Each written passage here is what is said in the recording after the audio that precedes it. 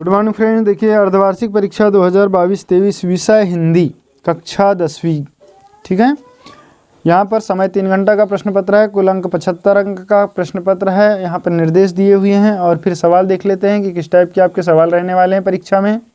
और शेष प्रश्न नहीं देखे हैं तो उनका लिंक आपको डिस्क्रिप्शन मिल जाएगा, वहाँ से आप शेष प्रश्न पत्र देख सकते हैं। तो फ्रेंड्स ये आपका हिंदी का एकदम ओरिजिनल प्रश्न पत्र है, आप इसको बिना स्किप किए पूरा देखें और चैनल पर पहली बार आया तो सब्सक्राइब जरूर कर लें। जैसे पहला सवाल दिया है, उद्धव ने गोपियों को क्या संदेश दिया, ठीक है।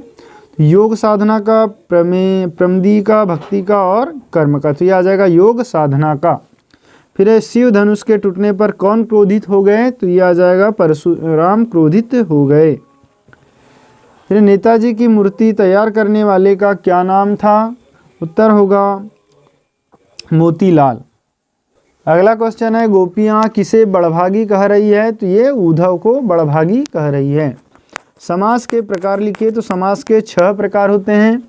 फिर है रचना के आधार पर वाक्य के प्रकार होते हैं, तो रचना के आधार पर वाक्य के 3 प्रकार होते हैं, ठीक है। नेक्स्ट क्वेश्चन देखते हैं, प्रश्न क्रमांक 2, रिक्त स्थान की पूर्ति कीजिए। सब पहला है, नेताजी का चश्मा गद्य की खालिस्तान विधा की रचना है, तो ये नेताजी की जो नेताजी का चश्मा वाली गद्य रचना है, ये कहानी है, ठीक है। फिर जॉर्ज पंचम की मूर्ति पर खालिस्तान नहीं थी, तो यहाँ नाक नहीं थी। फिर टेढ़ी खीर मुहावरे का अर्थ खालिस्तान होता है, तो इसका अर्थ होता है कठिन कार्य। सूरदास जी की मुख्यतया कवि खालिस्तान है, तो ये वात्सल्य के कवि है। फिर सभापति का भाषण खालिस्तान में छपा था, तो इसका उत्तर हो जाएगा फ्रेंड्स अखबार में छपा था। पंचवटी खालिस्तान समास का उदाहरण है, तो पंचवटी जो है द्विगु समास का उदाहरण है, 5 वट वृक्षों का समूह। छायावाद के प्रमुख कवि है जय शंकर प्रसाद। तो इस तरीके से खालिस्तान आपके कंप्लीट हुए। इसके बाद देखते हैं सही जोड़ी। तो सही जोड़ी देखिए क्या लिखा है, मैं लिखता हूँ, फिर बाल गोविंद भगत, माता का अंचल, हमारे गद्य हमारी, फिर है रस की ये। तो देखो यहाँ रस की तो आत्मा ही होती है, तो ये क्या आ जाए, मैं क्यों लिखता हूँ, ये अज्ञेय का है। फिर है बाल गोविंद भगत, ये कबीरपंथी थे। फिर है माता का अंचल, ये शिव पूजन साय की रचना है। हमारी गद्य हमारी स्वाभाविक अभिव्यक्ति है। और रस की आत्मा रस काव्य की आत्मा है। तो ये पूरी सही जोड़ी ही दिया हुआ है आपको। और अगला दिया हुआ है इसमें माता पिता, तो माता पिता का आ जाएगा द्वंद्व समास। नेक्स्ट है प्रश्न क्रमांक 4, निम्नलिखित प्रश्नों के उत्तर एक शब्द या एक वाक्य में लिखिए। यथाशक्ति में कौन सा समास है, इसका उत्तर हो जाएगा अवयवी भाव समास। माता का अंचल में कहाँ की संस्कृति का अंकन हुआ है, तो हो जाएगा ग्रामीण अंचल का, ग्रामीण संस्कृति का, ठीक है। फिर साहित्य लहरी किसकी रचना है, तो साहित्य लहरी सूरदास की रचना है। फिर एक से अधिक अर्थ देने वाले शब्द क्या कहलाते हैं, तो इनको हम अनेकार्थी कहते हैं। भारत किस वर्ष स्वतंत्र हुआ था, तो ये 1947 में स्वतंत्र हुआ था। सुभाष चंद्र बोस की मूर्ति कहाँ लगी थी, तो सुभाष चंद्र बोस की मूर्ति चौराहे पर लगी थी। सभ्यता किसका परिणाम है, तो सभ्यता शिक्षा का परिणाम है। इस प्रकार ये 4 क्वेश्चन आपके कंप्लीट हुए। वीडियो पसंद आ रहा हो तो प्लीज़ लाइक करें और अपने दोस्तों को जरूर शेयर कर दें। प्रश्न 5, निम्नलिखित वाक्यों में सत्य असत्य लिखिए। पहला है बाल गोविंद भगत ग्रस्त नहीं थे, तो यह आ जाएगा असत्य। फिर है वीर रस का स्थायी भाव क्रोध होता है, ये भी असत्य, वीर का उत्साह होता है। परशुराम के क्रोध को देखकर लक्ष्मण डर गए, ये भी असत्य है। फिर चौपाई छंद में 18 मात्राएं होती है, असत्य। कामायनी आधुनिक काल का श्रेष्ठ महाकाव्य है, बिल्कुल सत्य है। फिर छायावाद के जनक सुमित्रानंदन पंत है, ये भी असत्य है, ठीक है फ्रेंड्स। उसके बाद देख लेते हैं कि आपके किस टाइप के सवाल रहने वाले हैं। जैसे 6वां दिया हुआ है, लक्ष्मण ने वीर योद्धा की क्या क्या विशेषताएं बताई, अथवा गोपियों द्वारा उद्धव को भाग्यवान कहने में क्या व्यंग निहित है। 7वां सेनानी ना होते हुए भी चश्मे वाले को लोग कैप्टन क्यों कहते थे, अथवा मर्यादा न लही के माध्यम से कौन सी मर्यादा न रहने की बात की जा रही है।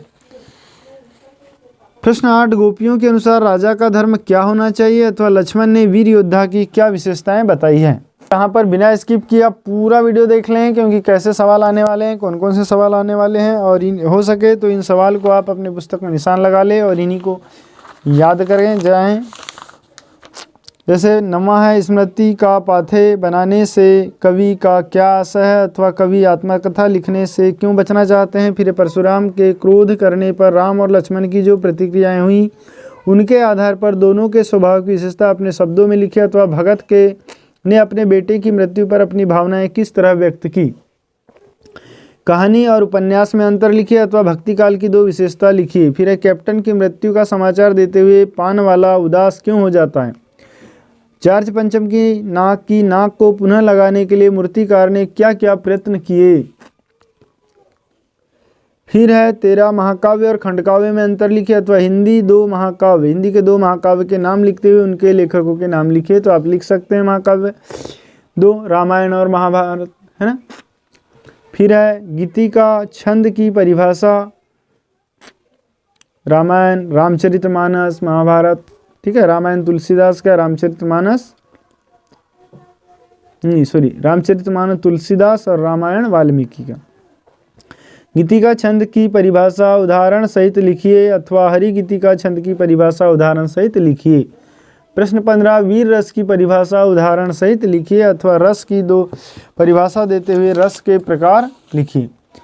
फिर है प्रश्न 16 में निबंध शब्द का अर्थ बताते हुए गुलाब राय के अनुसार निबंध की क्या परिभाषा है, अथवा रस के अंगों के नाम लिखिए।